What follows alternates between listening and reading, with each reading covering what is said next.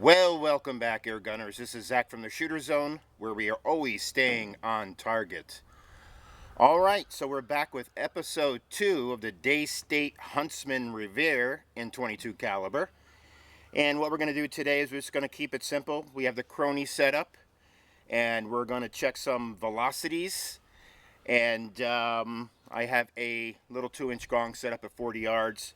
This is what we're going to do. We're going to take 10 shots. It's filled up to max, and the regulator is set at 150 bar.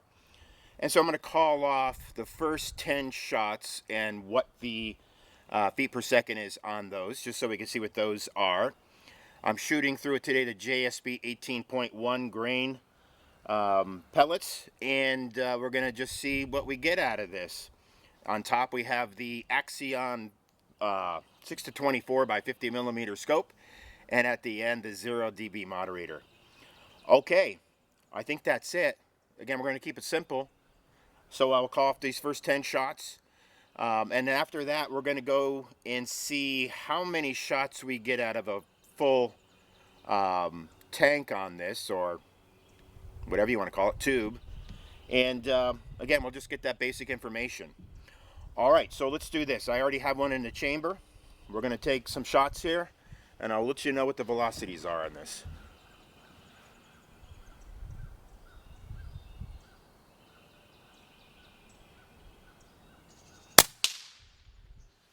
.902.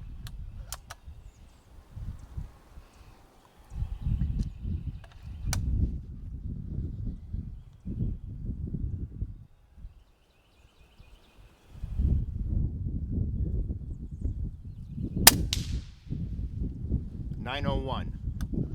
Windy day as always. We're still in the beginning of February here, so caught a nice day.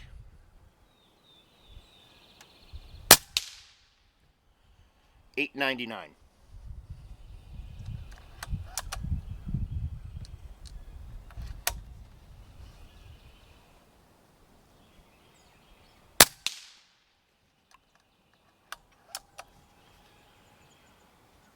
$8.07 it says, which for some reason I'm thinking that may be just a little bit of a wrong number coming out of there, but let's see.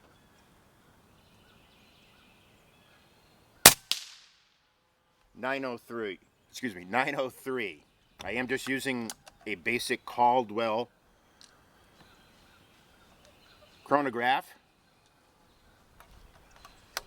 So, I'm not saying this thing is perfect, so I think that one was just that. If any of the manufacturers want to send me a better crony, please feel free to. Let me know. Thank you.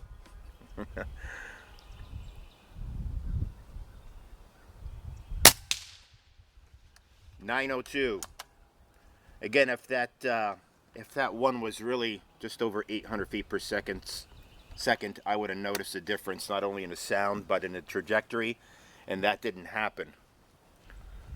Again, this is a 2-inch gong at 40 yards with the wind. $9.06. We have 3 more.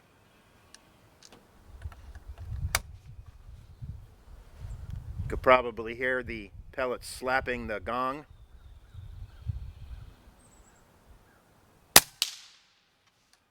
$900.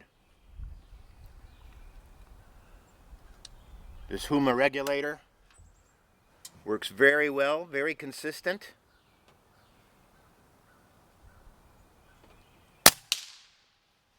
$903.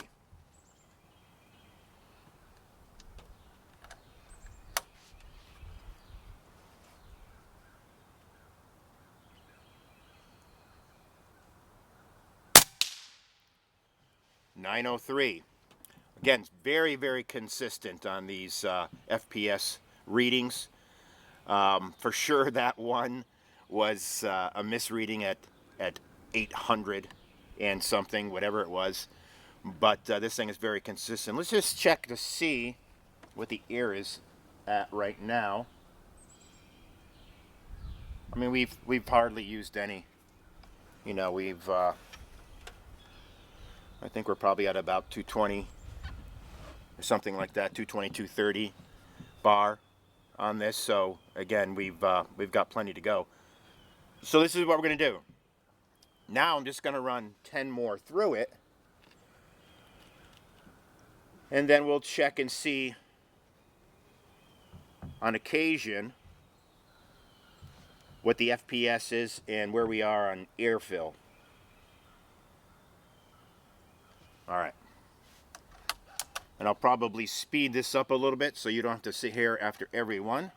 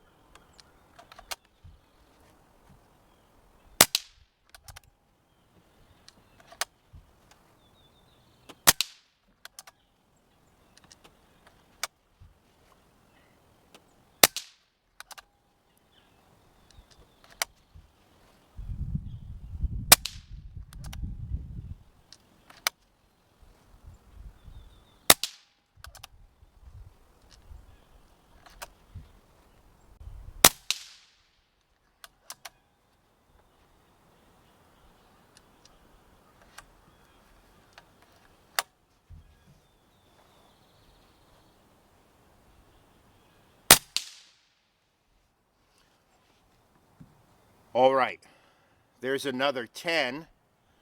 Let's just see where we at on on air pressure. That's right at 200 bar right there. So we've put 20 shots through it and run. We've used 50 bar. Let's just do 10 more, and then we'll see where we're at again.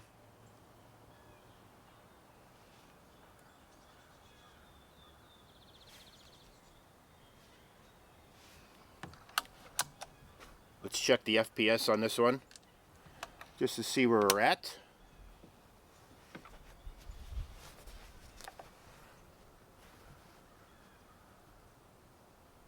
And by the way, I haven't missed. 20 shots, 2-inch gong, 40 yards, with a little bit of wind.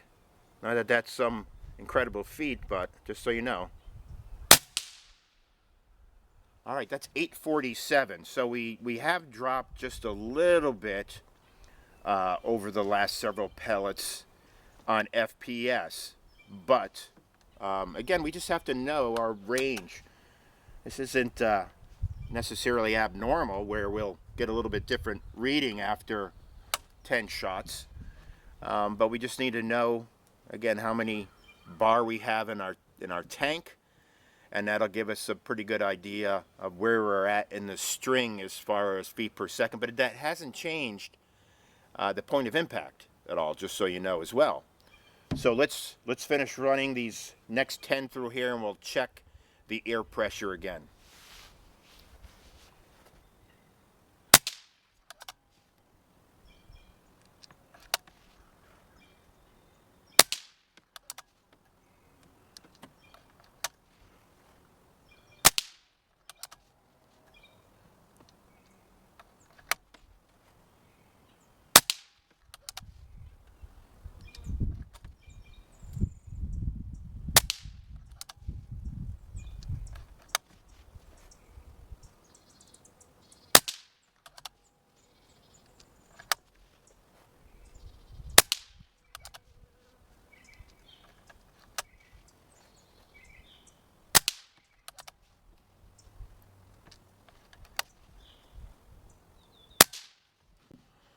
All right, 30 shots. Haven't missed a 2-inch gong yet. Again, not that that's anything incredible, but again, it's good to know that we can hit that little 2-inch target at 40 yards every single time. Let's check the air pressure on this and see where we're at. And again, I don't have my glasses on, but it looks like let me see, 230 is where we're at right now. So we still got plenty to go. We're roughly about the 840 to 850 feet per second range now, which really is kind of more typical for this. The 900 on the first group of 10, that was a little bit high. Again, I think as it's smoothed out and leveled out, 840 to 850 with the 18 grain is more consistent to where we're going to be over this range. All right, so we're going to put 10 more through it and check it again.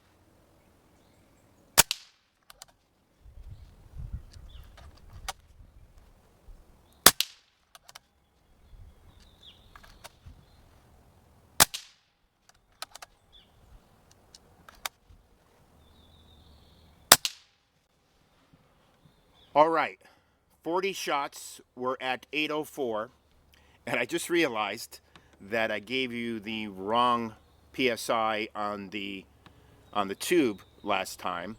250 was maxed. We're at about 170 or 180 bar at the last one after 30 shots. So now we're at 40 shots. We're shooting 804, which means we probably dropped off the regulator a little bit.